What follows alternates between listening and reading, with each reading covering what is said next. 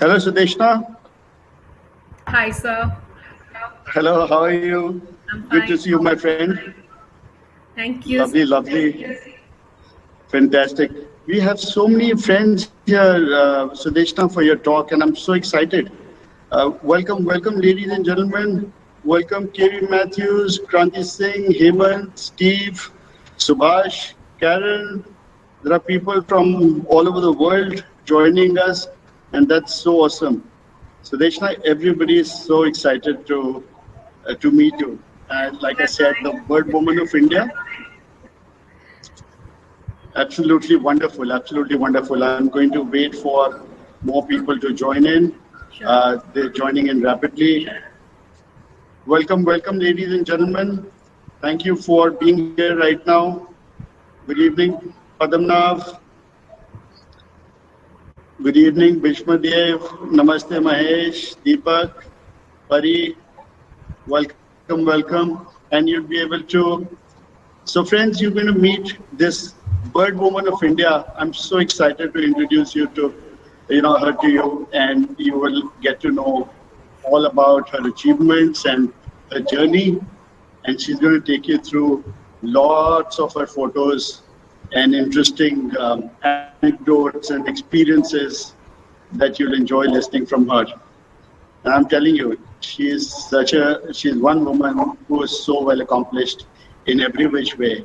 I've been, her introduction is really noteworthy. It was, I'd say, it's jaw dropping.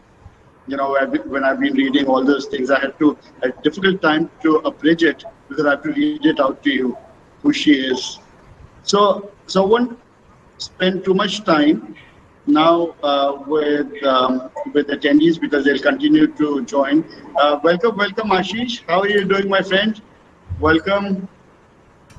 I will now introduce Sudeshna to you, ladies and gentlemen. And let me read out who she is to you. Sudeshna Day is currently working with a US-based MNC in Hyderabad in commercial excellence for field sales force and digital transformation for India and ASEAN teams. She's from IIM Ahmedabad, also University Gold Medalist in MSc Environmental Studies from University of Delhi, and a Science Meritorious Scholarship holder for BSc Honours Zoology from Hindu College, University of Delhi. She holds a degree in painting, wow, and she's also trained in 5 forms of classical dances. Extraordinary, Kathak, Bharatnatyam, Rabindra Nritya, Manipuri, and Odissi. She says her soul is an explorer, I'm sure, an adventurer, and she has a major case of wanderlust. She is an avid bird watcher, loves traveling a lot, and she has visited over 15 countries so far. She has seen more than 1,200 species in different countries of the world. Majority of them have been in India. She's seen almost 1,100, and she's the youngest lady in India to do so. Commendable, absolutely commendable, Sudeshna.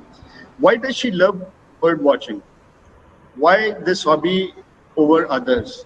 Well, for starters, bird watching, birds eat, drink, hop around, clean themselves, their calls, fights, displays. Musical notes have always amused her, and they still do. They're just too cute. Also, it inculcates good habits like getting up early, long walks, which are good for your health, fresh air, because most birding places are in green areas. Other reasons, it makes her a better person. It has made her patient, considerate, observant. Sudeshna, these are my values too. It's a great stress buster. She has acquired immense knowledge about birds, geography, climate, geology as an added advantage of birding. The quote which defines her: all those who wandered are not lost. Great. So I would now introduce myself quickly. I'm Mohit Agarwal. I'm blessed with 4 children, a son and a daughter, and 2 pets. I'm a follower of Shiva. Professionally, I'm an experiential ecotourism specialist with deep love for nature. I'm on the board of Asian Ecotourism Network, and I've been trained and certified by GSTC in sustainable tourism. I'm the founder of Asian Adventures, a 26-year-old travel company. It is the largest and number one bird watching tour company in India. The company is on a large mission to help Asian elephants with their corridors, free the Himalayas of plastic waste, and help small wildlife NGOs, and save the ancient Himalayan shrines. I've been helping with ecotourism norms for network for certification and conservation of forests and Adventure Tour Operators Association. My interest is to promote ecotourism and convert every tourist to an ecotourist. So that was a bit about me and about Sudeshna. Over to you, Sudeshna. I will not hold people, um, any longer, and I won't want you to unfold your magic straight away. Yeah, you go. Thank you. Thank you so much, sir, for that introduction. And welcome, everyone. Thank you so much for joining today and to hear me out, hear my story, how it started for me, and how I have evolved so far, and what I wish to do going ahead. And also, I know like 1 hour that I've been given is not enough time for to me to thank each and everyone who has contributed in my journey. So if I by mistake have missed out somebody, please forgive me. And with that note, let me start. And for those of you who have joined and have no idea about birding, primarily would be my friends and family or my office colleagues.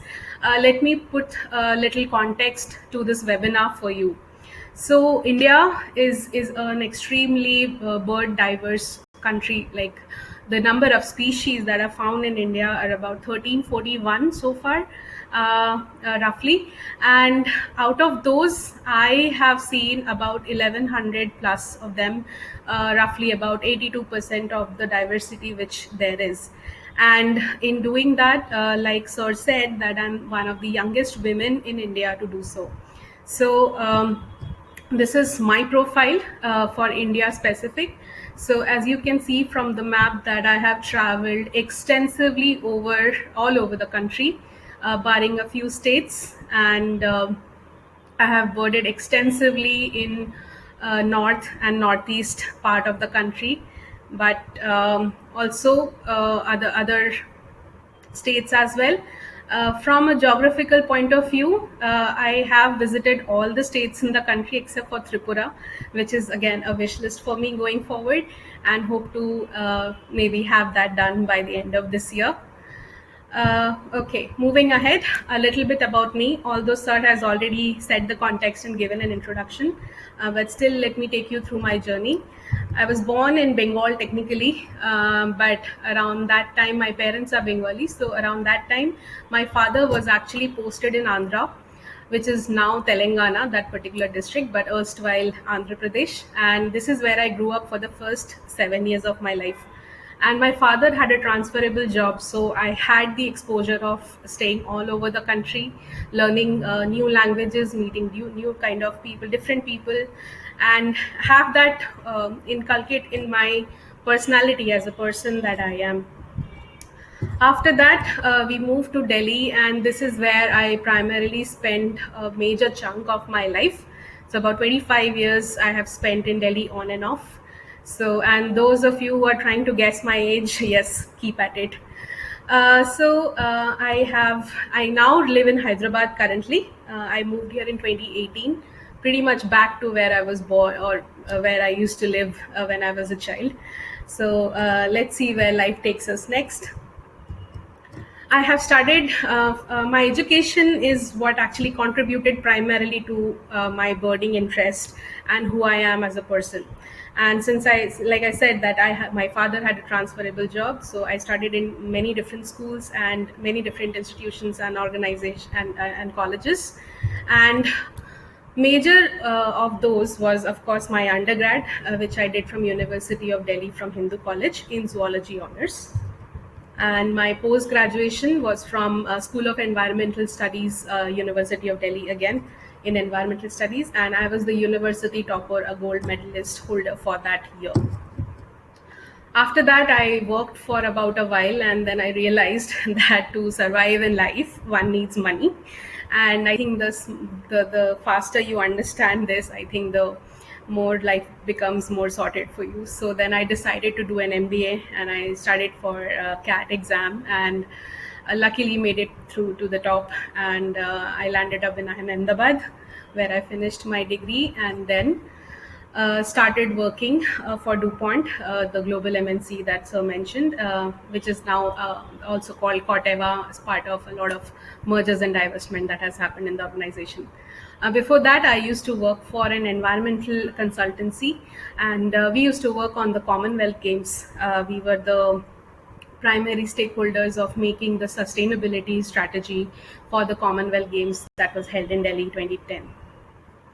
So this is how I fund my boarding trips. I work for an MNC. I have a actually I love my job. I love what I do. It has a lot of aspects, and it also contributes to a cause which is helping the farmers, because my organization is actually in the farming industry.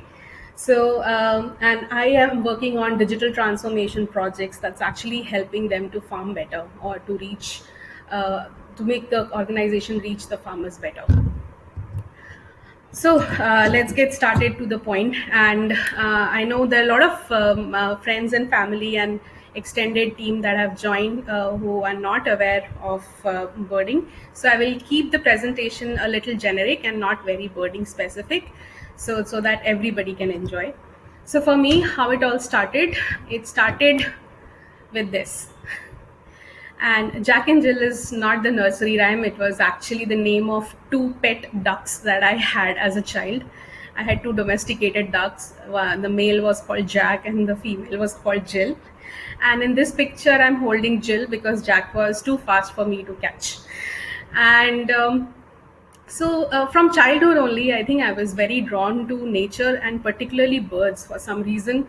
Like I said, I had two domesticated ducks, and then whenever I will go and visit my ancestral homes in my father's and mother's village, I will go chase the ducks and the poultry there, and or just go in the field, try to catch some pigeons. Similarly, when we came to Delhi, we used to live in an apartment complex, and there was a huge park, and I would go try to catch squirrels and birds. So since childhood, for some reason, I was always attracted to birds, and over time, it actually just grew more and more. So fun fact, after this picture, Jill actually shat on me, and because I'm pretty sure she was quite scared. So that's about it. So all through the PPT, I will be sharing some fun facts with you, some embarrassing facts with you, some learning moments for me, and also how through this journey I can help you understand what are the birding etiquettes and ethics that one must follow in order to be a good birder. Over the years, a lot of things happened, schooling and all, we were busy, so I couldn't really focus on birding per se. But slowly, when I started my undergrad, and since the course was also zoology, and we had study of animals and birds in that involved, a lot of things that slowly started to trigger this interest that I had. I think one of the formative things that happened was this particular yearly trip that we used to do. And second year in college, we went to Jim Corbett. And this was the first time that I actually got to know what a national park is, what is a wildlife sanctuary.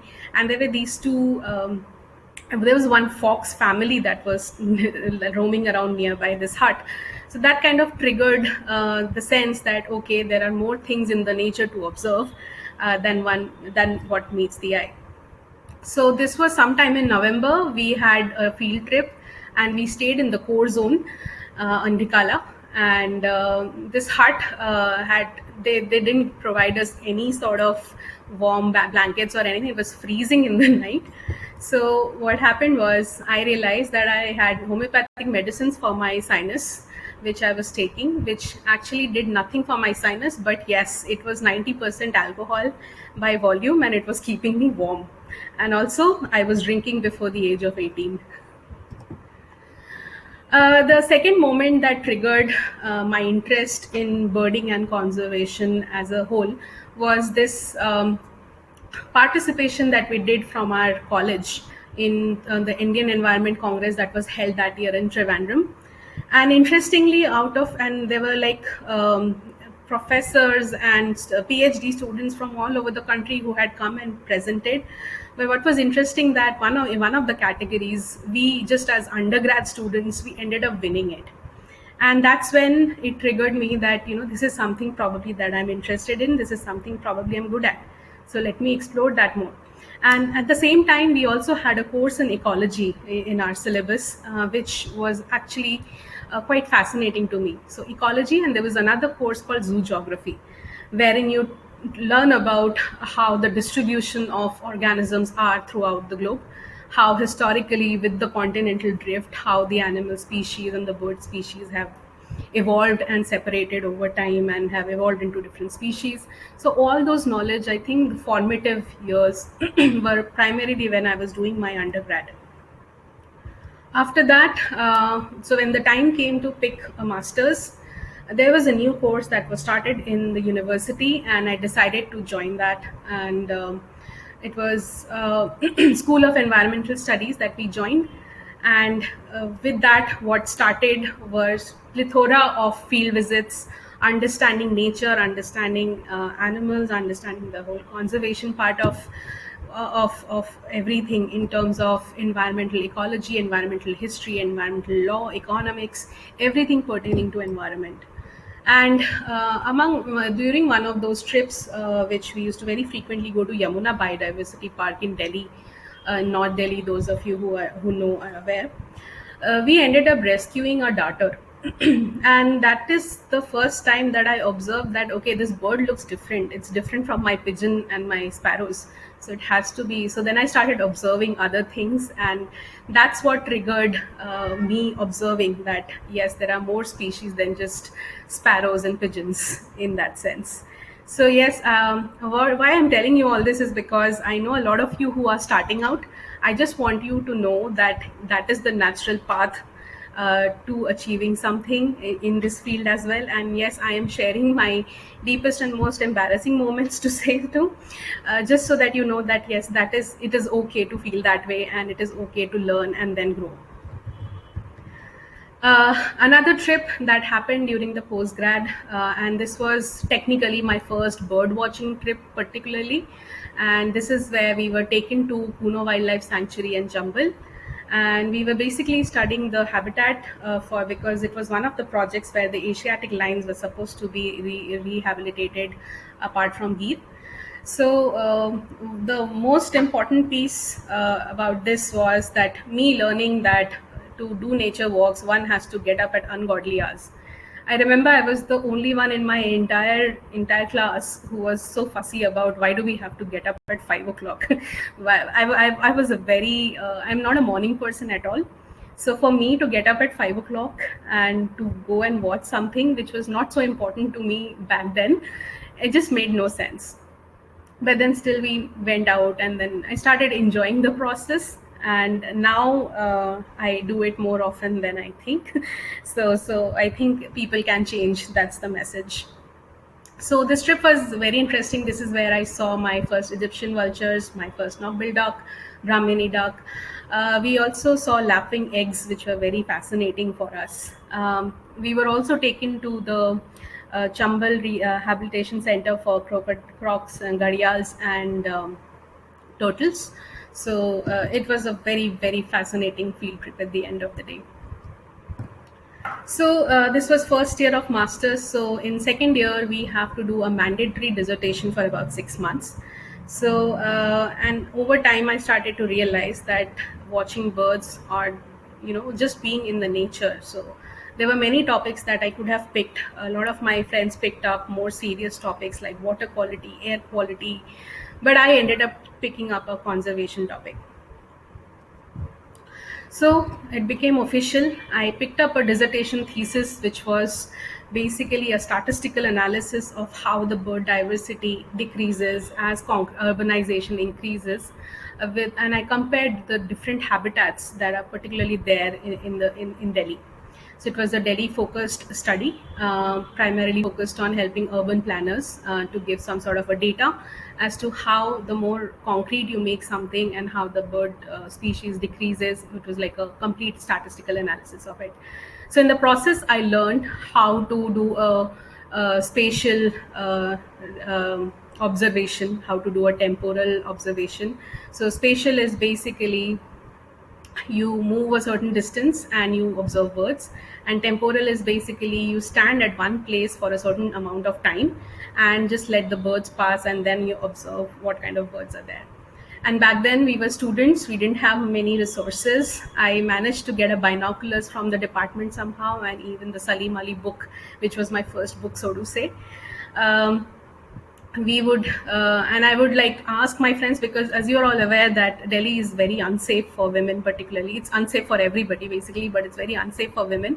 And in that I had to go and visit all these very weird locations, remote locations at times, to take these survey elements. And so what I would do is I would bribe my friends to join me, and I would later on treat them with chai, samosa and all. And that's how I somehow got all of my friends, all my classmates, to at least go on one trip each when I go in the morning. So some of the interesting facts is that there was this one time, one of the sites of observation for me was this Ghazipur landfill, which all people in Delhi are aware. It's basically a meat market, and then next to it there's a huge landfill where they dump all the animal waste. And there you have a good variety of raptors, so to say. So one morning, and it was cold winter morning because the dissertation time frame was between November to March, April. So I had to get up at Delhi winter time early in the morning and then go to these very weird locations. So there was one time I took the metro, and so initially I was taking the metro a lot. So the CRPF guys used to ask me, why are you carrying binoculars? Where are you going? What are you doing? And after 2-3 days, they also got accustomed that, okay, fine, she's going to do this. One time I got down at IP station and then took an auto all the way to the landfill. And the auto guy just couldn't believe that what I was going to do there alone. And while there, and it was so nice of him, that all the while where I was taking my readings and my doing my readings there, he waited for me 2 hours without me paying him anything. And then when he actually got me back to the station. So it's not all that bad. There are people, and somehow I've been lucky, and I've always been having people who have helped me through such situations. So just some fun facts that I'm sharing. So this is here me in CP right in the morning, because this was the first day when we started taking that. I took a friend along, and we had to do 50 meters. So we actually took a tape, and we were doing this. So we were all so silly and just learning on the job, so to say. So fun time. All my friends got engaged in that, and what actually started to get us is that even though we were not part of the Delhi Bird group back then, we would always participate in the Big Bird Day that was conducted by them. So we didn't go for any of their dinners or any of the meetings, but we would do our bit and then submit the checklist to them. And here I'm going to give you this very bad image, because it's an image with an anecdote. So in 2008, we saw this bird in the Northern Ridge in Delhi University, and some of us in excitement actually declared that it was a grey-headed bulbul.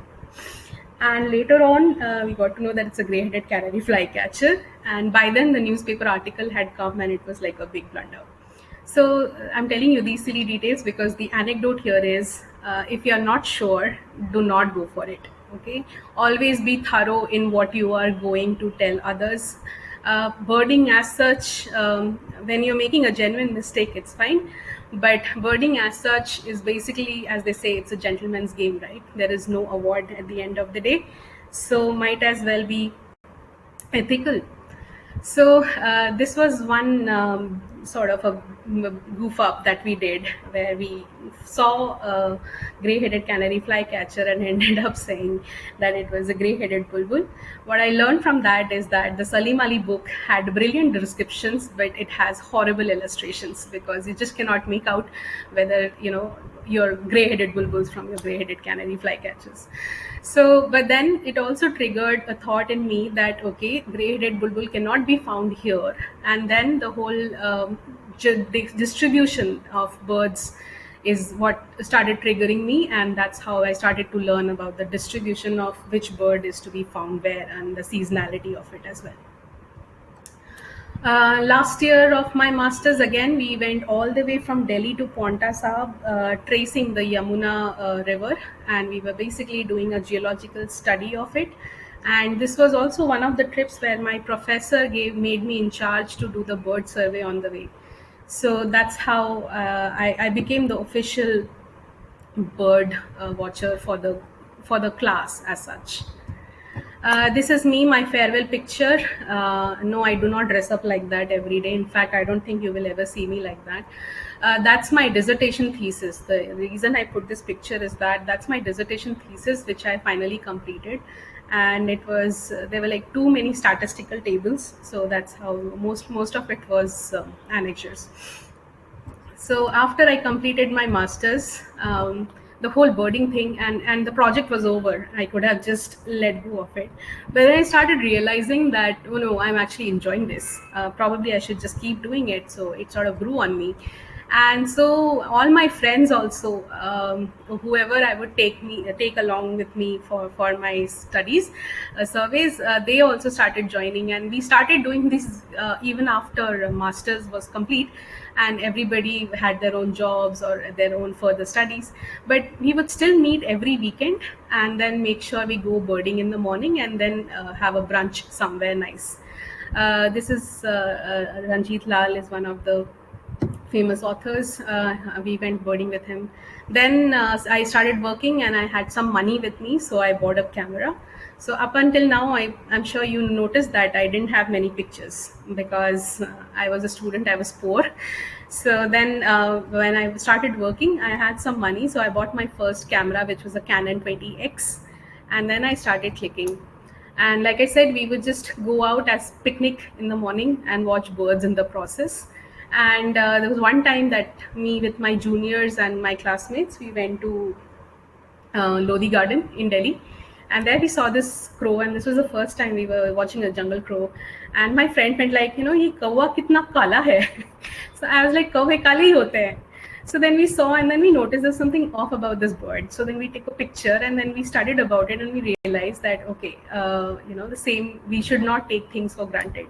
So observe everything, and back then somehow we used to just observe everything and click everything. So another one outing in Okhla. I used to go to Okhla very often because it's very close to my house, and this is where I saw my first my first blue throat actually. Then we again participated in Big Bird 2009 as a department, and we used to cover North Delhi and Bhalaswa, which was a lake and a landfill. And this is where I saw my first pied avocets and Eurasian starlings. My patch birding phase. So I'm slowly taking you through my evolution. So I just started out, and then since I was restricted because I was also preparing for my CAT exams parallelly, I had very less time. So what I could manage was, there was a big park next to where my parents lived, and I used to go in that park and just take pictures all the time. And so this was my favorite patch. And my second favorite patch was Okhla. Like I said, I used to go to Okhla very frequently and just observe everything that I could find. Everything that would move, I would just click. So that's how I started. And then I got through IIM Ahmedabad, and those of you who know how tough the curriculum in B schools are, we practically would not get time to eat or sleep also. I would only sleep for 2-3 hours a night. That's how bad it was. So I thought, now my birding is going to get over, so I won't be able to watch birds anymore. And it was like a sense of loss that I felt. And I remember this one time, just before I was about to go leave for Ahmedabad, my mom woke me up one morning and she's like, let's go. So we drove to Okhla, and so this is my beautiful mom. She's been an inspiration, and she used to accompany me in my earlier birding trips all the time. So she is a very, so I think I get my wanderlust genes from her. She's one such happy-go-lucky sort of a creature, and she inculcated this habit of, let's just do it. Let's just go. Let's not think. Let's just do it. So that's that whole impulsiveness in a way you can say, I think I get from her. So we went to Okhla and spent a nice day. Back then, you could drive around that path. So I took my car, and that's how it all started. My father, on the other hand, was not very happy about this hobby because I would take his car and then he would say, "क्या तू मेरा petrol जला के चिड़िया देखने जा रही है?" So that's how it was in the family. But later on, probably I'll cover that somewhere. That how I converted him. Okay, so then I land up in Ahmedabad and my curriculum starts. It was so rigorous, I barely had time for anything. So, what I would do is just look out of my balcony or just take a walk in the campus at times and just try to click whatever I could find. So, in that process, I actually ended up watching a lot of things, and the campus is beautiful, it's very green. And I realized that this hobby was actually giving me a lot of peace and focus, and I was actually, it was a huge stress buster for me.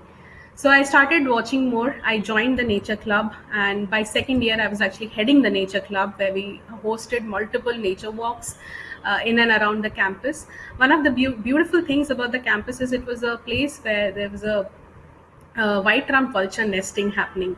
So that was one of the key factors, and we did a whole vulture awareness campaign around that piece. So this was my IMA days, where I was doing a lot of nature walks with like-minded folks in the campus, and thankfully I found a lot of them. This was one trip we did outside the campus. It was in Thol Bird Sanctuary. A lot of you know about this now. So this was sometime back in 2010 when we used to go on these nature walks. Another beautiful thing was that our head of IIM Ahmedabad that time, Professor Sameer Barua, he was a nature enthusiast himself. And our batch was the 50th batch of IIM Ahmedabad, so it was the Golden Jubilee batch. And on that occasion, they brought out a coffee table book, which Mr. Barua actually contributed a lot, and also used a few of my images and always encouraged what I was doing. One of the very few professors who actually did that. And not just him, even after when I came back to Gurgaon after my MBA and started working, my first boss, I used to directly report to the business director. And even after all the stress and pressure of sales and targets, he would always encourage me to go ahead and do this. And he was a strong, firm believer in work-life balance. And that's how I believe I have been able to survive and do well both in birding as well as my job. So I come back, I join my organization in Gurgaon, and I also start, this is one moment that actually changed everything for me. So I also joined the Delhi Bird Group around the same time, primarily after this day. So it was the Big Bird Day 2012. And this is where I met a lot of, for the first time, I was actually participating with the group members of Delhi Bird Group. And this is where I met a lot of folks and then started going on regular bird walks. And also in this picture, that day, one particular day, I met two very beautiful ladies who are now my perpetual birding partners, Geeta ma'am and Vinita. So after this, I joined the Delhi Bird Group and started going on their bird walks very religiously, very regularly. And what happened in the process is like, I understand, that's where I started to know that what is the concept of a lifer, what is a lifer. So even if I was watching birds earlier and they were all new to me, I didn't know that they were called lifers, and how how you're supposed to watch. And then if you've noticed, until now, all my clothing that I would do were very bright, and nobody ever told me that I'm supposed to wear camouflage clothes. They have to be dull. So after I joined the group is when I came into the right company, which actually taught me well. And I've been very lucky in that sense that the initial years when I started birding, I was actually in good company and people who are genuinely interested in birding and bird photography. So apart from this, this was my first bird walk with the Delhi Bird Group. It was in Surajpur. And what is happening here is one of the traditions which is very strong, sometimes even stronger than birding, is the food. So birding and food goes hand in hand in our case all the time. and it just continued thereafter every time. And what was nice, and particularly about the Delhi Board Group, is that everybody would get up in the morning, cook something, and bring it to the table. And I don't think I have seen any other community in the country that actually has this kind of a culture. It was very refreshing, and it was a very homely, family like feeling. That and people would go out of their way to help you. They would pick you up from your house and then take you birding and then drop you back, feed you. This is something which is very extraordinary, and I believe we don't give enough credit for the culture that has been built in that group, which is somehow I feel is missing in the rest of the country. One such Then I started going out with, so I made some new friends, and we started going out. And back then I was so crazy about birding that I just didn't want to miss out on anything. There was like a frenzy that had begun, and I would just burn myself out, like probably work all week, and instead of resting on the weekend, and even if I had some personal engagement, I would still go birding in the morning. So one such event is what I could find some pictures for is this one. There was a black stork that was reported in Deagle in Jhajjar, and I had gone for a friend's wedding, and it was very late in the night that I came back around 2:30. And I don't think Pankaj is there in this picture, but Pankaj took that picture. Pankaj said that you have to reach my place if you want to go by 4:30. So I reached home, I just changed, and then I started driving at like 3:30 in the night, and I reached Pankaj's restaurant at 4:30 in the morning, and then we set off. So, but what happens as the process is that I would be completely uh, I would be dead by the end of it. So after that, they would take pictures, and there are plenty of my pictures like that, with a lot of friends sleeping all the time, because I, like I said, I'm not a morning person, and I do need my 8 hours of sleep. So that's another fun fact about the whole piece. So started bird watching in Delhi, and also upgraded my camera. I got a Nikon 42x. So I've always had prosumers. I'm not primarily a photographer, but I like to take good pictures as much as I can get through a prosumer. So started birding in and around Delhi. So it covers Sultanpur, Basai, Dhanori. Dhanori wasn't existent back in 2012. Surajpur. So all these areas we would just go and watch birds. So there's a Maratha woodpecker for you. Lodi Garden, Alexandrine parakeets, sure shot place to find them.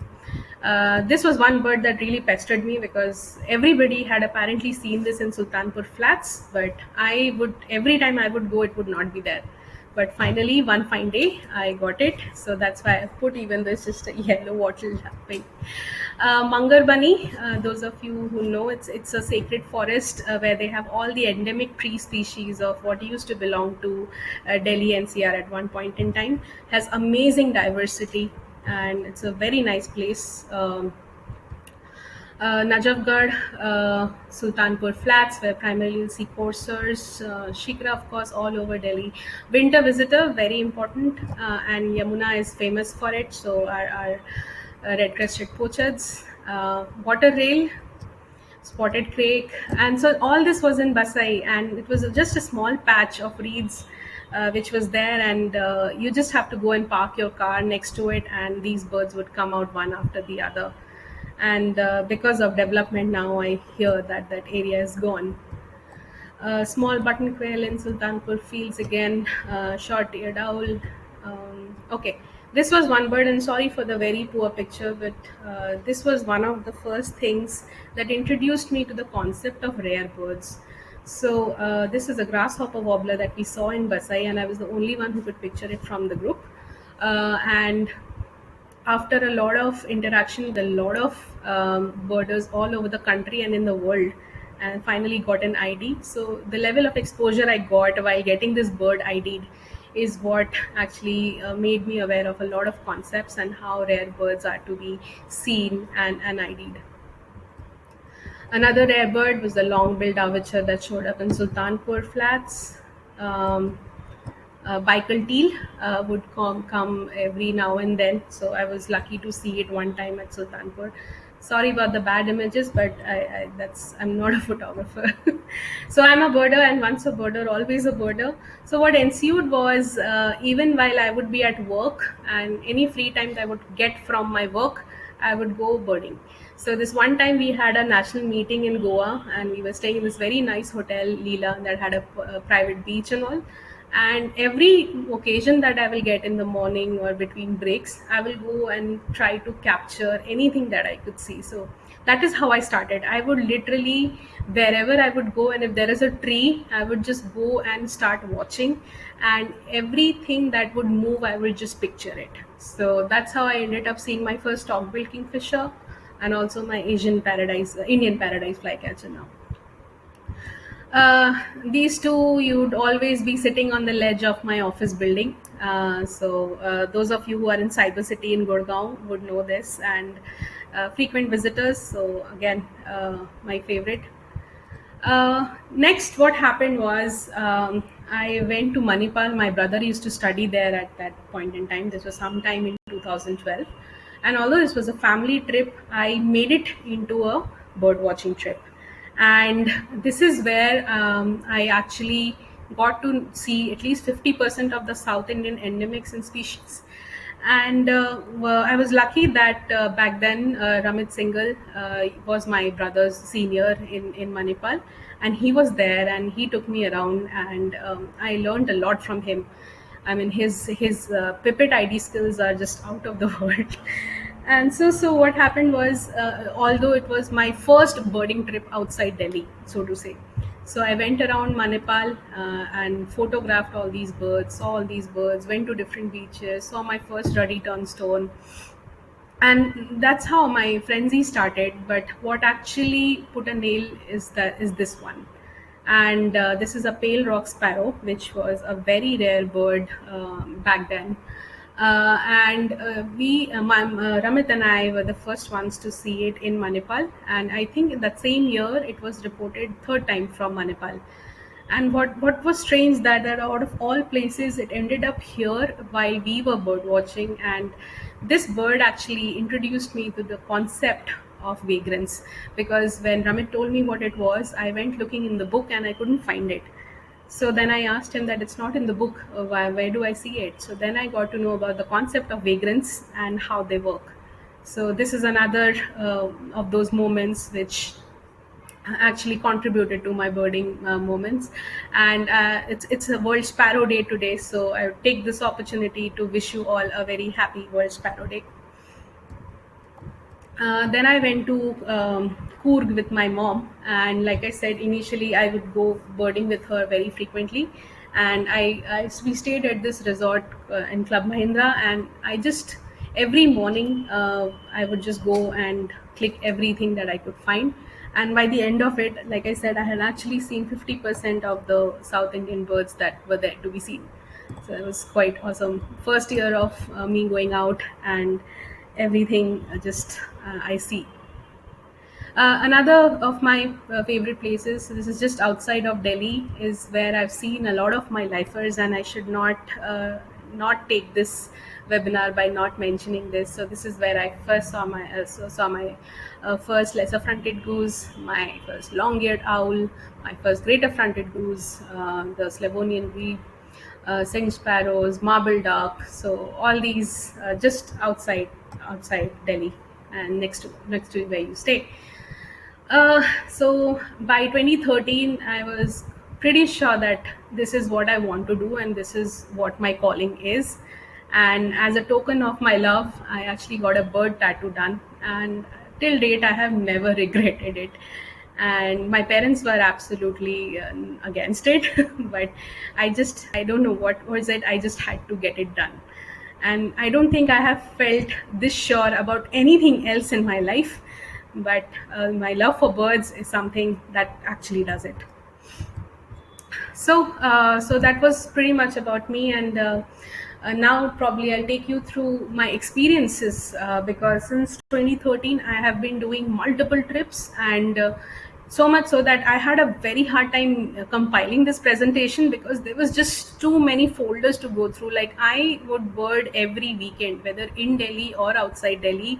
There was not probably a single weekend in a year from 2013 till about lockdown that I hadn't gone out.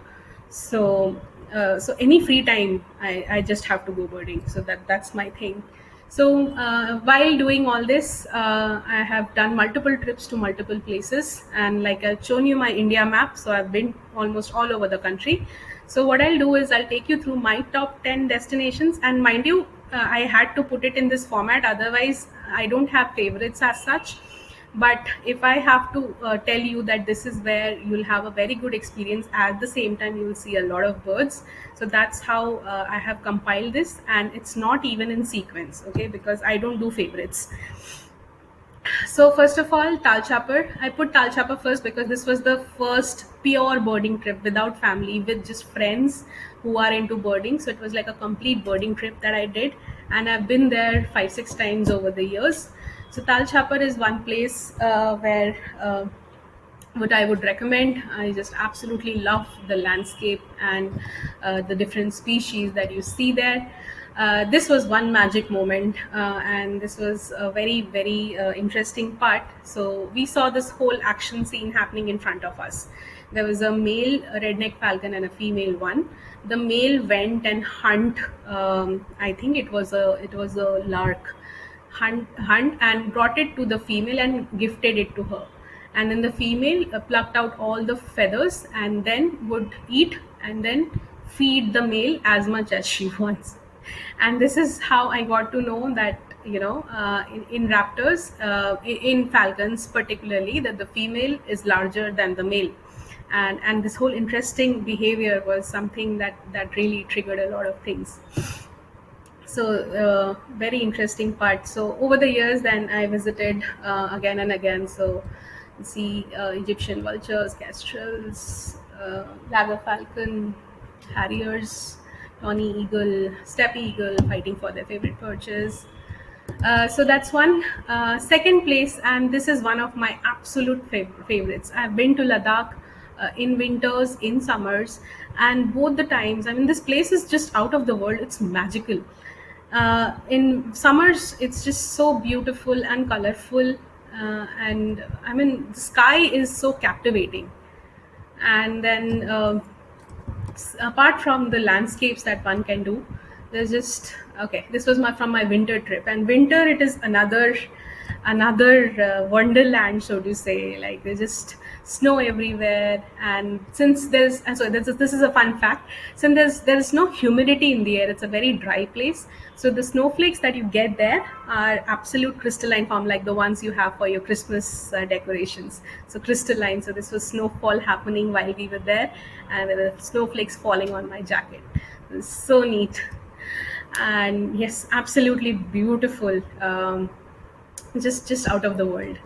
And while we were there in winter, somewhere between it was around Christmas to New Year, the temperature in Leh was around -15, and wherever we would go birding, it would fall further. So we've gone up till -28, I think.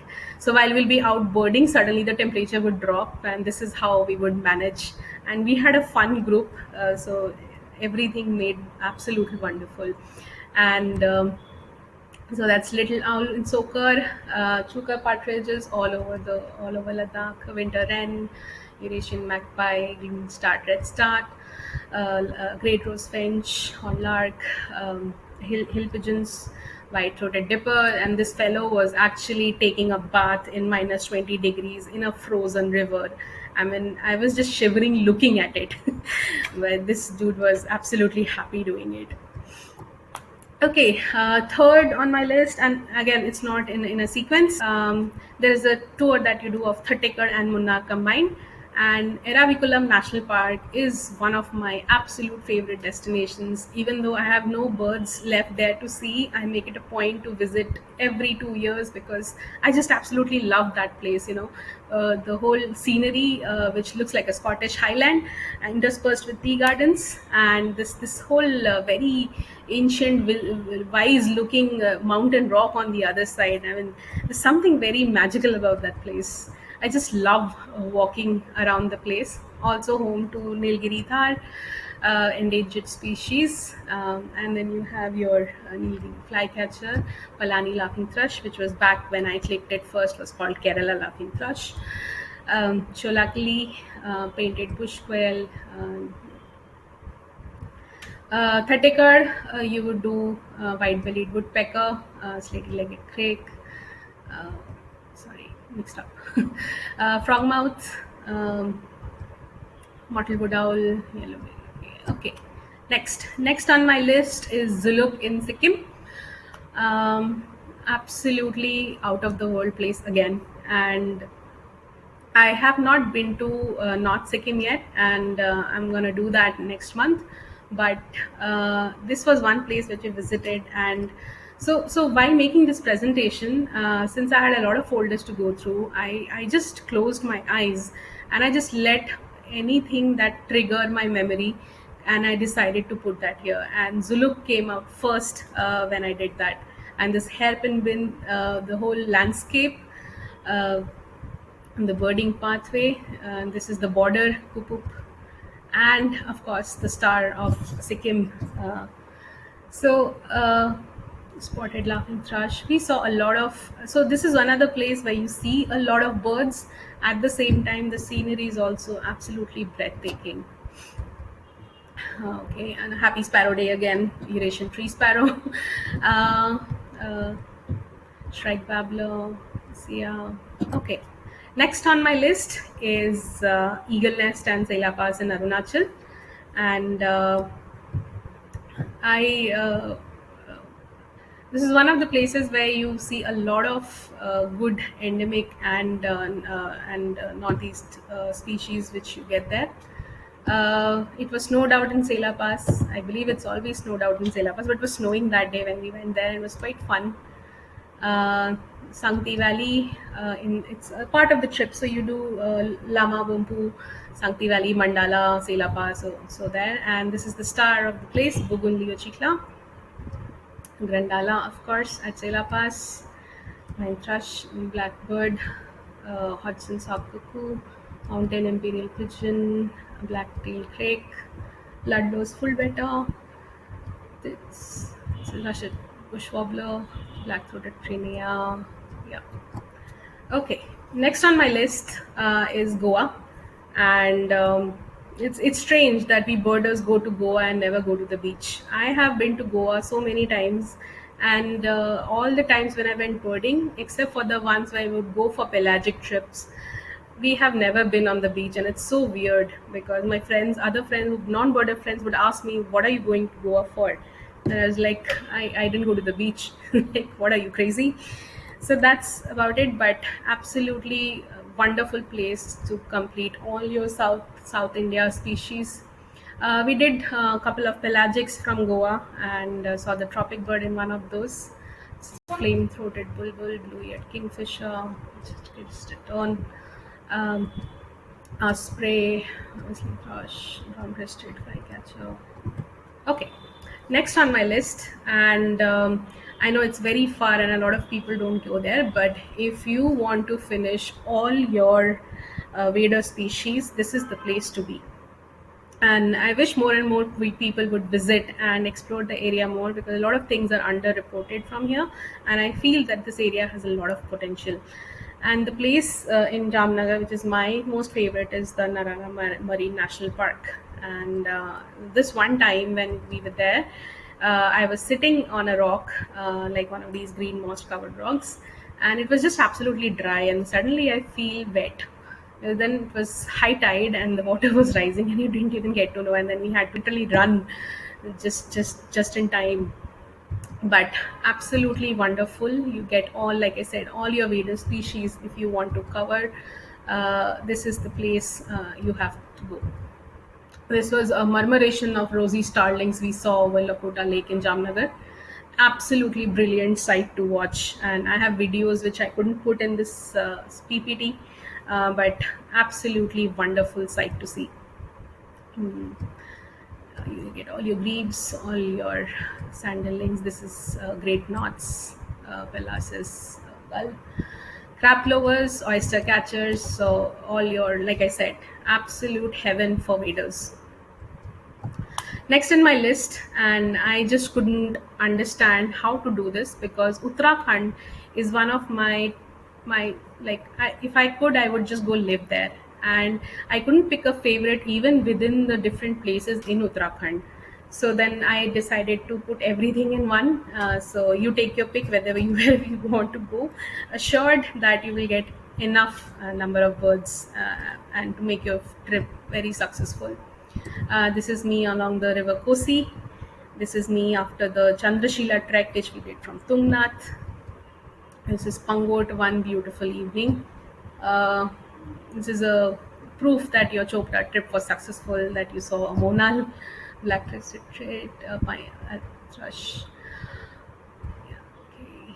So, Georgeted flycatcher, rufous throated partridge, cheer pheasant, ponis, chestnut nuthatch. Okay, this is great slaty woodpecker, and for some reason eBird would just not accept our report from here, but there are plenty, we have seen it plenty of times, so somebody should tell them. Okay, so Satal, of course, every photographer's heaven. So even I'm not very fussy about whether we should do hide birding or not. I enjoy everything. So yeah, this is me enjoying hide birding as well. This is the star of summer visitor of Corbett. Maroon oriole, blue bearded, or yes, so plenty of pictures for when it comes to Uttarakhand. Absolutely favorite place to be. That's a tawny fish owl. And this will, yes. Next in my list is Andaman, and another just out of the world place, and I have been there so many times, and every time there's something absolutely mesmerizing. So from the beaches to the forests is just too amazing. And yeah, so when I go on my birding trips, if I have time, I also do some touristy stuff. So this is me scuba diving in North Bay. Yeah, you go to Shoal Bay, which is one of my favorite spots there for birding. You get your ruddy kingfisher. Go to Chiria Tapu, you see your Andaman woodpecker. You see your Andaman nightjar, violet cuckoo, Hume's hawk owl, Andaman hawk owl, Andaman crake. So yeah, white-headed starling, white-bellied wood swallow, Pacific swallow, olive-backed sunbird, Andaman cockle, long-tailed parakeet. I think I've just put too many pictures probably for the presentation, but anyway, so it's just absolutely amazing. And imagine if I can get this with my prosumer. I mean, I'm sure all those who love to photograph, you'll get way better pictures. Okay, next in my list is there's a trip that we do from Ding Patkai to rowing to Mishmi, in from Assam to Arunachal, and this is Sally Lake in rowing. It's another one of my favorite places. You know, to just walk around the whole lake is absolutely beautiful. And time and again, we've gone to Mayodhya, of course, Mayodhya 65. So you all your wren warblers of the world, Mishmi wren warbler. I have seen all my Yuhinas in Mishmi trips, and this is what Strogan female, Himalayan wood owl, sorry, long-billed wren warbler, long-tailed Sibia. Okay, so I'm gonna just scroll through the images. Okay, so while all that is there, it's not very easy to go and do these trips. And I've been asked to talk some of the challenges, and I believe there will be a question and answer session also later on. So we can take up questions if you want to ask me any about my experiences in terms of while being in the field, both in terms of how to do scheduling planning, and as well as for women birders. And this is something that I wish it would happen, that more and more women would go out in the field and explore it. I'm a solo traveler most of the time, mostly because I don't get company. So like I said, I would like to see more and more women birders taking it up so that I get more company to go on trips with.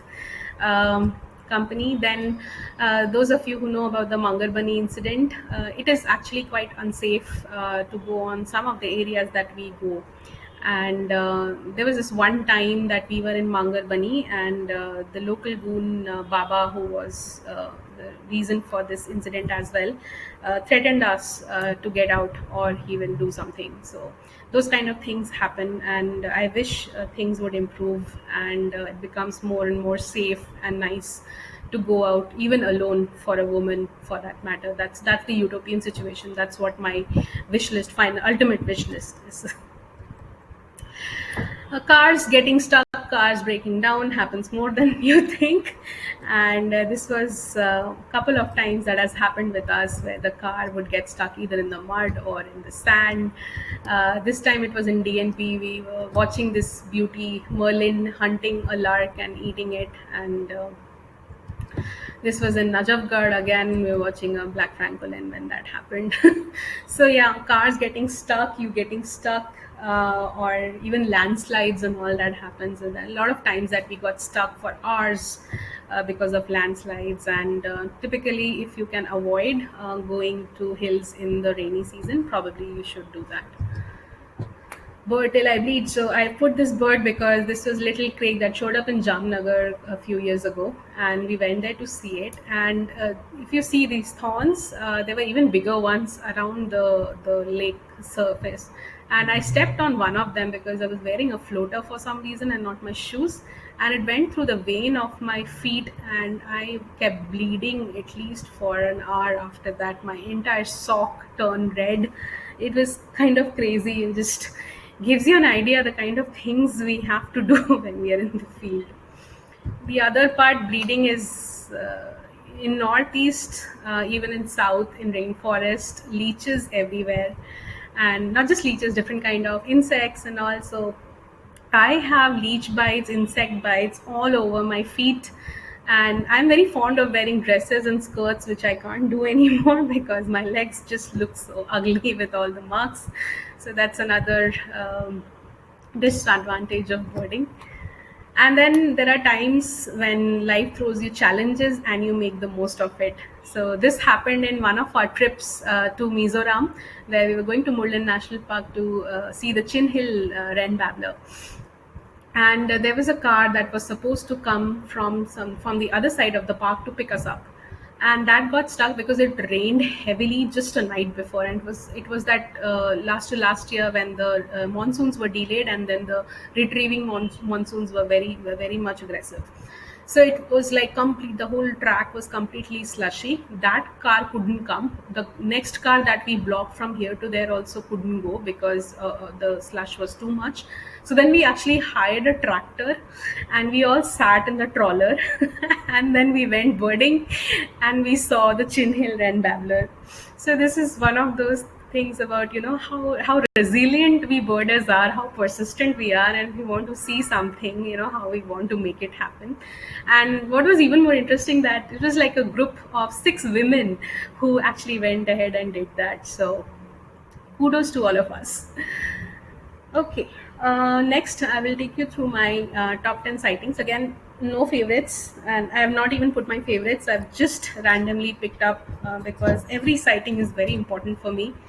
And so to begin with, we saw the Blight's kingfisher last year in Pakke. It's one of the trips we did just before the lockdown. It was just absolutely wonderful, and we did trek all along the riverbed for hours, for 2 days straight, because the first day we couldn't find it, so we went second day again. And it was like a rocky riverbed, and we had to walk, and it was an elephant corridor, and we had elephant alarm calls and also very adventurous, but finally ended up watching it. And these moments, the final click that you do for the bird that you've been looking to look, is just there is no, I can't really describe how I feel when I finally see the one that I went out to see. Next, white-browed crake. It's another vagrant to India. This was a very interesting sighting. We were in Mishmi Hills doing birding, and this was way back in 2016 when they didn't have that new bridges, which has now reduced the travel time by 4 hours. So we were in Mayodhya and we got to know that the white-browed crake was being seen in Maguri Beal. So we rushed and just drove very fast, even on that rocky patch of the road, and reached there just in time by 4 o'clock. I think we took the boat, and 4:30 we saw this bird at around sundown.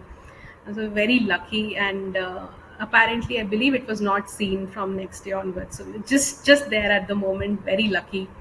So this is another one of my favorite sightings.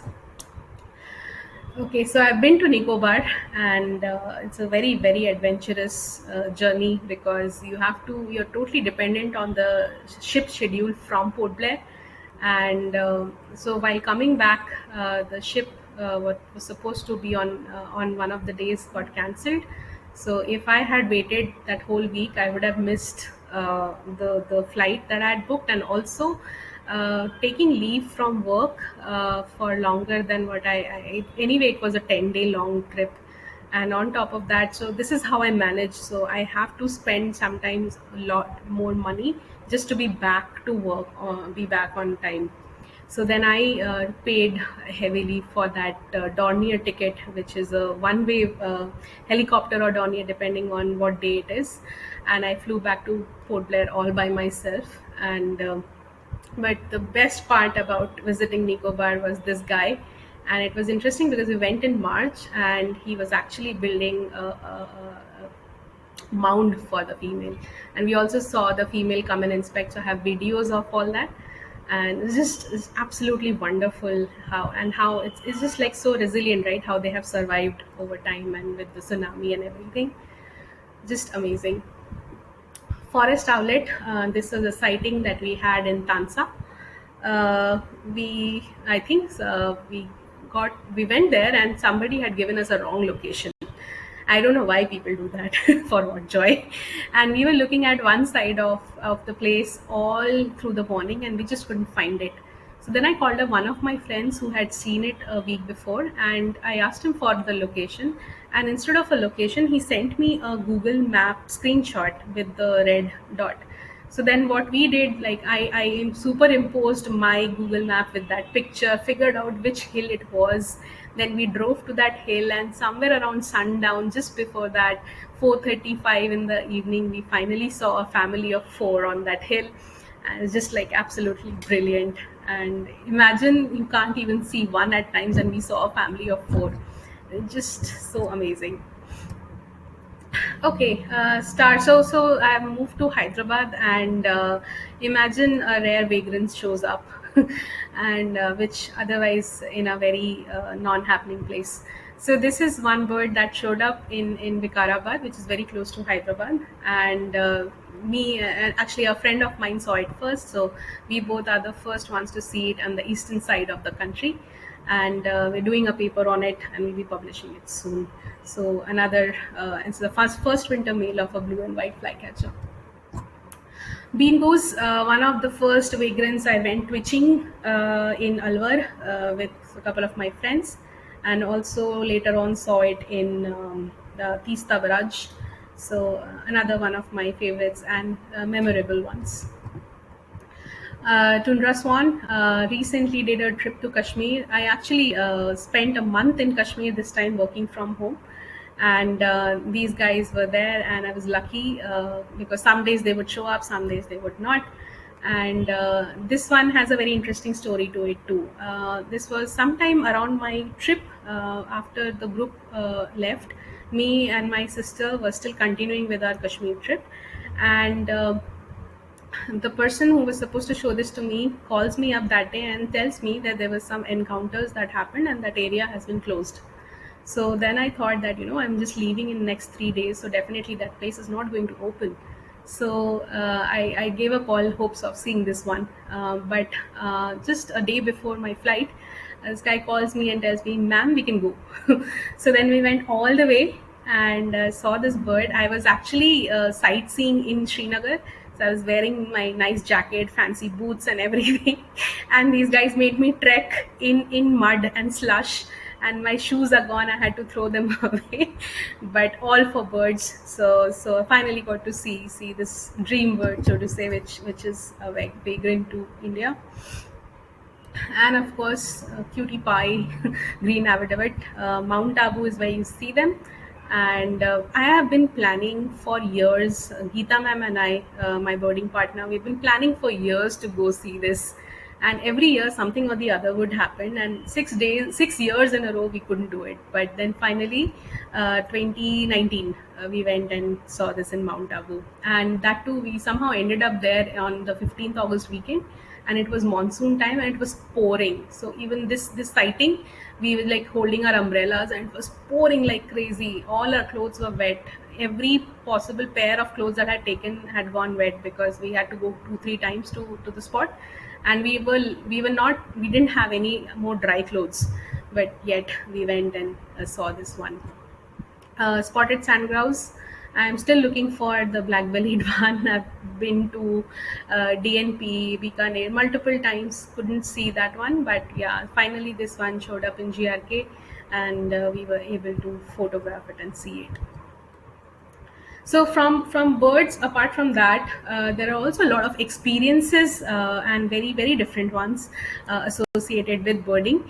So I'm gonna tell you some of my birding experiences, so to say.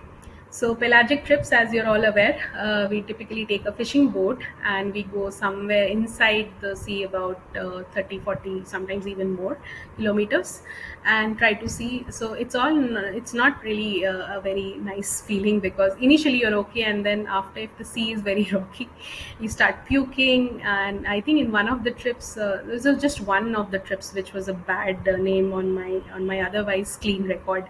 It was the Chennai pelagic, where I fainted and kept falling off the chair for some reason, and I was throwing up. It was quite horrible. But apart from that, I now have figured out how to survive pelagic trips and how to stay okay. And those of you who are interested will have to DM me separately. I've been to Chennai multiple trips through Mangalore and Goa on pelagic, and in one of the trips I also learned how to drive that fishing boat, how to sail it, how to keep it on track, how to track the GPS. So I learned how to ride a fishing boat as well. And then there were, of course, sightings which you don't get otherwise, of all the pelagic birds that you get to see on those trips. So interestingly, a redneck phalarope. I have always seen redneck phalaropes either inland or in Jamnagar. So I always used to think that they're a land or a lake sort of a bird, but they're actually pelagic birds, for those of you who don't know. Little, yeah, common tern, shearwater, roseate terns, yeah. So apart from pelagic, another very eventful experience that I had was of camping trips. We camped in Namdafa for about 5 days, and we would walk like 10-20 kilometers every day, and then camp at different spots within the forest. And it was very different and unique experience. This was sometime in 2014, and I don't think I have the strength to do that any longer. This is Deban River where we started, and they would camp at different points in the forest. That back there, that blue thing you see, is our washroom. That's the most painful part of a camping trip for me. Yeah, bamboo bridges that you cross to go to the other side. You take pit stops. It was a very fun experience otherwise, but by the end of the day you would be so tired that I would not even speak to anyone, because I'd be just like conserving my energy. There were our porters carrying our stuff. And this was one trip where I saw a lot of different species of hornbills, and except for the brown and narcondam, I believe rest all hornbills we saw on this trip. And of course the Malabar pied. Okay, milestone moments. So I'm going to talk about the number of birds that I've seen. A lot of you are looking forward to that.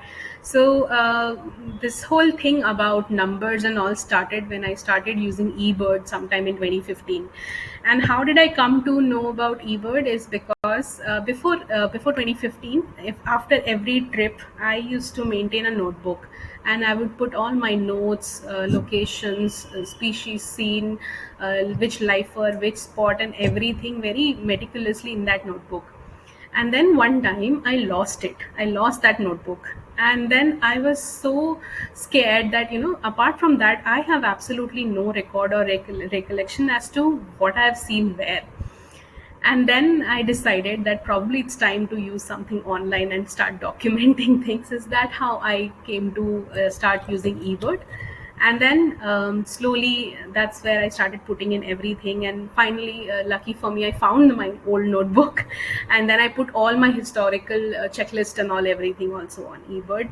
And then I started exploring that site, and it's an absolutely wonderful site if you want to, and especially someone like me who's into analytics and data and in her work front also. It's just absolutely delightful to have a portal like that which gives you a lot of things and data to analyze. So I would take out my explore data and will go and find out areas that I have to go explore next and see next. So that's how I started doing it. And then when I first put my data all on eBird, I think I was already somewhere close to my 700th bird. Before that, I was not very particular about numbers as to 700, 600 also. But it's after that, and my 700th was a Koklas pheasant, which we saw in Manila in Uttarakhand in 2015. And back then, now a lot of people go to Manila, but back then it was not that famous. But it was always a very beautiful place. So I just absolutely love how that place looks. So that was my 700th. And so my another thing is that I don't compete with anyone. I don't compare myself with anyone in anything. I always set my own personal goals and then I work on them. So my target was that, okay, I'm already 30, and by 35 I want to see 1,000 birds. And that's how I started with my quest for sales 1,000. And I saw my 800th on a trip to Mishmi in 2016, which was a spotted nutcracker. And in 2017 end, yeah, this was the Ladakh trip, which was a red-fronted rosefinch, which was my 900th. And then I moved to Hyderabad in 2018 August, and this was sometime in November. We went to this place called Manjira. It's a very nice place. I mean, in one morning session, we could see like 130, 140 species of birds. Beautiful place. And that's where I saw my 1,000th lifer, which was a black-headed bunting. And then it went on, but I was only 33 and I still had 2 years to go. So then I pushed, finally finished my 1100th before my 35th birthday. So some of you now, I mean, who were guessing my age, now you know it. Anyway, so this I finished just last month when I was working from home in Kashmir, in Srinagar for a month. This is where I saw in Usmarg, a beautiful place. We trekked in the snow to reach this alpine piece, and then found the white cheek nuthatch, which was my 1100th. So these were my milestone moments. Apart from that, another thing about birding is that it makes you very patient. It makes you patient. It helps you deal with failures, because a lot of times that you go and chase a bird and you don't see it. Dealing with that failure where you spend so much time, energy, and more importantly, money, because yes, all said and done, bird watching is a very, very expensive hobby. So when you do that, and I, for one, I also keep a track of my finances. So I have lost somewhere close to 1.5 lakhs on species that I have not seen yet, and I've tried multiple times to see them. So yeah, and so it makes you very open-minded, that okay, fine, you did not see it, and it's okay. So that kind of a patience, or the broadness of your heart that you develop in the process to accept failures, I think that's a very good thing that birding teaches you. So one of my most cherished sightings is Indian skimmer because I would go to Chambal so many times, and in fact I practically started my birding with Chambal, the same river, same patch where we went as students, and we never saw them. And I went there a couple of times more and I never saw them. And then finally, sometime in 2016, I believe, we made a trip and then finally saw him. So skimmers, Indian skimmers, and it's not just Chambal. I have gone looking for them in Goa, in Mumbai, wherever they would be reported, in Odisha, and I just couldn't find them. But finally, it happened, and in Chambal. Um, Another notorious one, the king quail. When it was found in Bangalore a couple of years ago, me and my friend just rushed from Bangalore. I flew down to Bangalore, and from there we rushed to Bangalore. And it was seen just a day before we reached. It wasn't seen from the day we reached, so we couldn't find it. Then it was reported again from Kolkata. I was in Sundarbans already, so I rushed to see it again and again just before me reaching. I think 3-4 days before it stopped.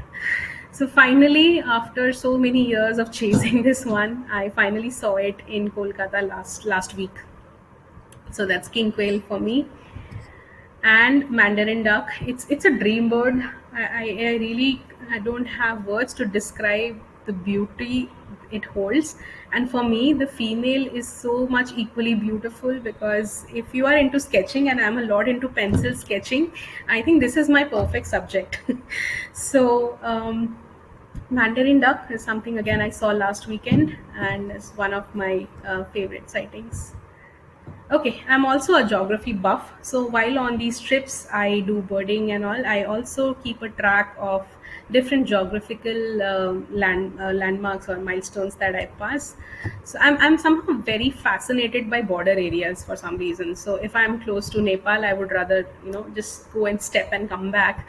If I am in Manas, we did that. We actually went to Bhutan and illegally and came back. So this is Chitkul, which is, if you can read the board, it says Hindustan ka Akhri Dhaba. So beyond this, I think Tibet starts. Then this is Kahu in Walong, and like a kilometer from here, China starts. So this is another milestone. This is the Manas Bhutan border. From here, you enter into the Bhutan side. So we did that, and we actually crossed over and did a small safari and came back. Tropic of Cancer, and so we were in Mizoram where this happens, and this is also there in on your way to LRK. So that's another place where you see it. This is the Air Force airport, which is the southernmost airport of India. So from there, I took my Dornier plane back to Port Blair when I had to rush immediately. So I've been to the southernmost airport of India. So a lot of geography things also, and I couldn't spend a lot of time because there's just so many folders to process. And I'm sorry if I missed out on some people mentioning some people and all. Okay. So before this webinar, I did a small social experiment, and I put up a post on Facebook asking my friends if they have to describe me and my birding in 2 to 3 words, how would they describe me? And for some reason, majority of them came with something related to food, foodie and foodie birder. Of course, like I already showed you that Delhi Bird Group, we have this whole tradition of birding with food. So here also on birding trips, whether we get the bird or don't get the bird, we definitely go and eat the food. So some of the things that you could do. So while I was in Kashmir, when I told you I was working from home for a month from there, I went around exploring all the restaurants that was around my hotel, and that's what it is. If you are traveling from Kaziranga to Guwahati, there is this dhaba called Anurag. Do stop over for an amazing Assamese thali. So I did that recently with my friend Nawal. We were coming back from Kaziranga. I had gone there to see the white-tailed eagle. And those of you who are non-vegetarian, mutton lovers, there's an amazing place in Goa, in Kaziranga for mutton curry. And I'm a thorough non-vegetarian. So to say, I joke around with my friends at times that I was the only one who was happy in China from my team. So I'm that kind of a non-vegetarian. So I eat everything. So pork is one of my favorite meats, and I believe I have not had better pork. I've eaten a lot of pork in Southeast Asian countries, in India, otherwise. both the Assamese version where they fry it with live pata, and the one in Coorg, the Coorgi pork, pandi curry. Those are just my absolute favorites. My mouth is already watering. For folks who are in Mount Abu to see the Green Avidavet, there's these nice places to have dal bati churma around it, and also Gujarati thali is absolute favorite of mine. Those of you who are going to Digal Jajjar, when you take that right from the flyover, you have these, and this is my favorite winter snack, street food. We've actually grown up eating this. So this is baked sweet potatoes that they sell on the roadside, and they put some chaat masala and nimbu, and just absolutely delightful. So this is one of the things that I had to put it in the presentation. Okay, folks in Kolkata, my favorite place after a successful or non-successful birthday is Mocambo. In Park Street, I just love to dine there, and I love continental food a lot. So Mocambo, upper crust in Ahmedabad, and upper crust only the Vijay Cha Rasta crossing one, not any other upper crust. That's my favorite. And Big Chill Cafe in Delhi. Big Chill, any outlets, they have amazing consistency, and I just love their desserts and pastas. So that's another piece. Folks who are in Srinagar, do go to Adus. I mean, and their vazwa is out of the world. So do go and try out the whole vazwa that they serve. And for vegetarians also, it has amazing options. For folks in Hyderabad, if you are here around Ramzan time, you get amazing halim. And one of the best halims that I've had is this original shop in Medipatnam, that's Shagau's original store. Amazing halim.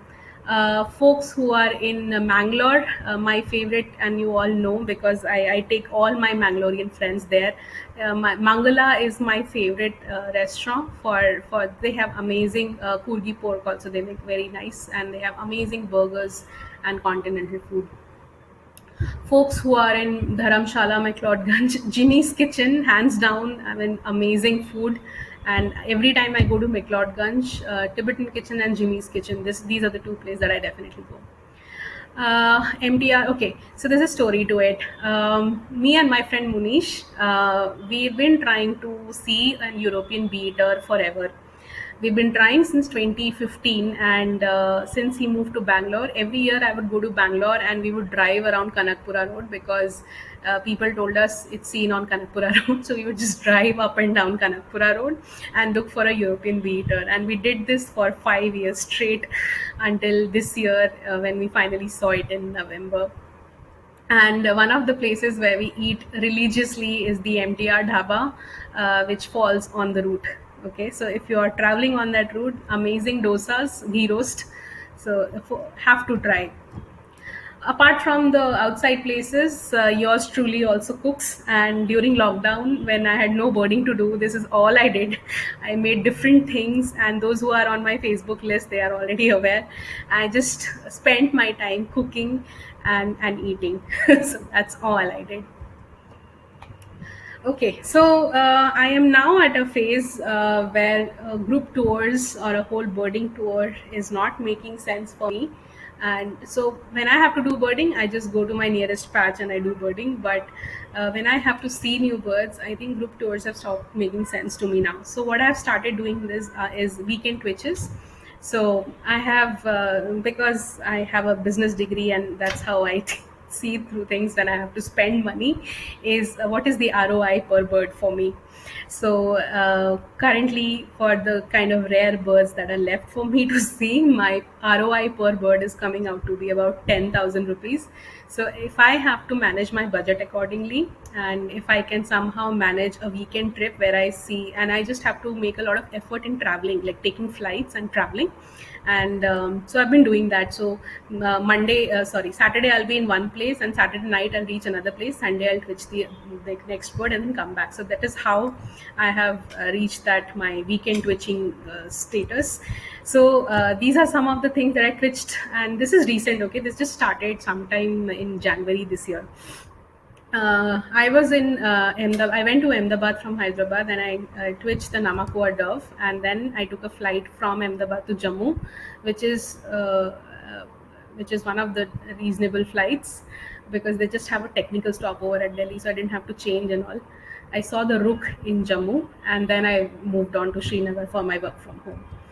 Apart from that, January, when the red-breasted goose was being seen in Nal Sarovar, I went and saw the goose.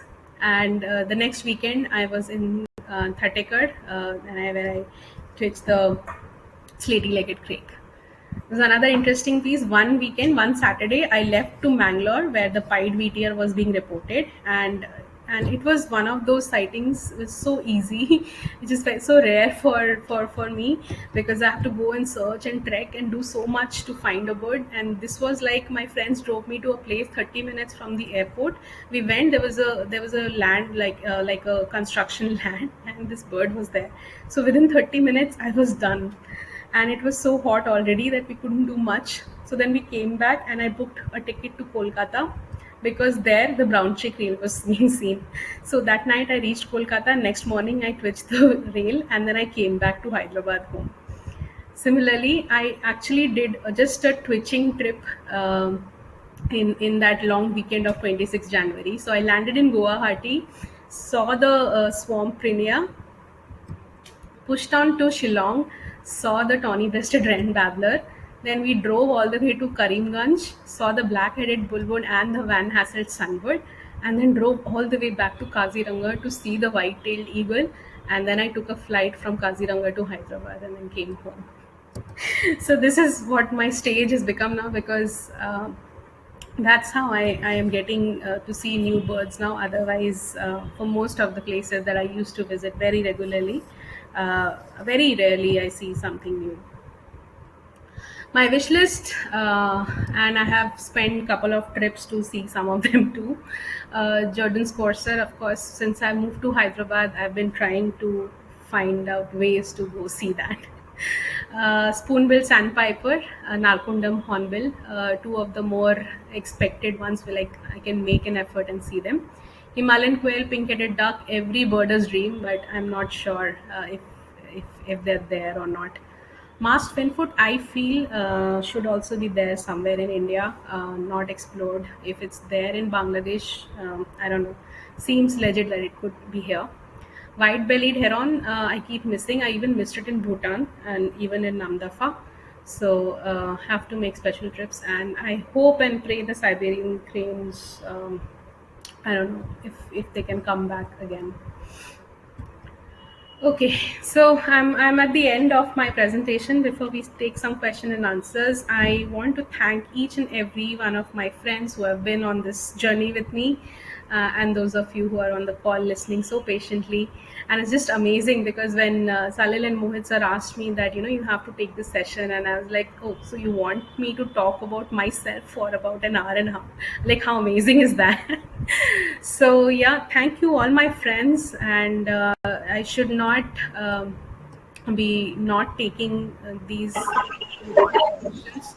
I want to thank all the guides and tour operators with whom I have twitched and birded and just done fun stuff. And without you guys, I think most of us would be nowhere. And I want to take this opportunity to thank all of you and what a wonderful work you are doing and be guided. So that's all from my side. Thank you. That's wonderful. Absolutely fascinating journey. This is, so I don't know where to start from, but I think it's an hour and a half now, and you could go ahead and answer people's questions. So some of them said, let me read out those questions to you quickly, so you know what people have asked. What is the Indian bird you still want to see the most? What is the Indian bird that you want to see right now? The most sought after bird for you? I want to see the Jordan's Corsair. I've already put that on the list, and the Spoonbill Sandpiper. Okay. Ashish Chaudhary is asking which is the hardest lifer to get. Sorry, sir, your voice is cracking. I'm not able to hear you. Hardest lifer to get till date. hardest lifer to get till date. All of them are hard. So I have not seen it yet. So it will be an Oriental Bay owl. I have done multiple trips to the Patna and other places recently added one. And I remember falling off the hill and bruising myself in beach-infested places. So, and I still haven't been able to see that bird. I've heard it multiple times, but I haven't seen it yet. So, Oriental Bay owl for me now.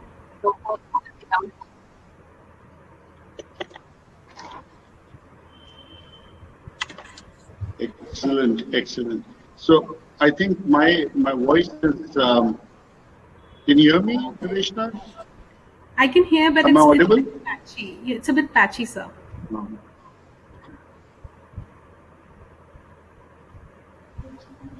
Can you hear me, Sudeshna? Yeah, better, better. Okay, okay.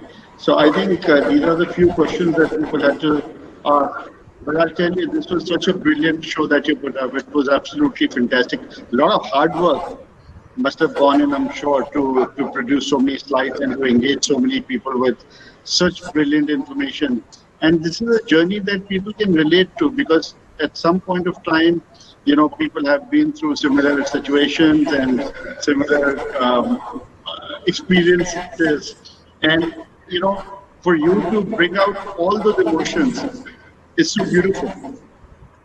Thank you. I know that my voice is echoing because there's a problem. And that was one of the purpose that I wanted to give them the very raw details of how I have evolved over time, so that they also know that yes, that's normal and that is how it is supposed to be. So what I'm going to do is, Sudeshna, I'm going to ask you to come back in next month or maybe in May and talk about any one particular thing that you'd like to in terms of birding, like your photography experiences or, you know, some other topic which is more specific, and it'll be great for people to learn from you. And with your management knowledge, I think I'm going to take up this opportunity and going to ask you to help me with our conservation projects that, you know, we've been dealing with. So that'd be great. More than happy to do it, sir. So, yeah. Praveen is asking, how can birding help in conservation? Okay, so I think couple of areas. So one is that the whole piece around how a lot of the hunters who were used to kill birds earlier have actually used their skills to turn into guides. So that is one of the amazing. Whoever a lot of projects have gone into that. A lot of hard work from different people have gone into that, and converting these hunters, primarily in areas where there's a lot of hunting and even not for that matter. That is, I think, one of the most success stories that one can think of. Another success part which I can think of is when I was just discussing this with my friend last month when we went to Nal Sarovar, that how one education program about educating people into becoming guides have actually helped us explore so many new species that are coming into that one particular area. It's not that the birds are not coming into other areas, but just because in Nal Sarovar we have such a high concentration of guides, the visibility, the more eyes to see, and the eyes that I'm seeing not for harming but more to conserve and make sure that the bird is okay, and also in the process generating a lot of livelihood for the people there. So when the local communities are involved, I feel that that's an absolute win-win. I think it's so important to deal with the subject of conservation as we go along, because every tour, everything that we do has to revolve around some sort of conservation. It's very, very important. Absolutely. So friends, I think I will now ask Sudeshna to say goodbye to all of you, and I'm going to post a link here which you could look and join us for our future webinars as well. We'll be bringing many NGOs, many experts, many stalwarts to keep talking to you about different dimensions of conservation, species, natural history. The next one is going to be on March 24th, and it's got to do with ecotourism success in Kinabatangan in the land of orangutans. And then, so Sudeshna, you will be back for sure because it is such an inspirational journey that we can't let you go off. Absolutely. Thank you. Thank you for being here. Thank you, everyone. Thank you for listening. Yeah, Have a good night. Thank you very much. Thank you.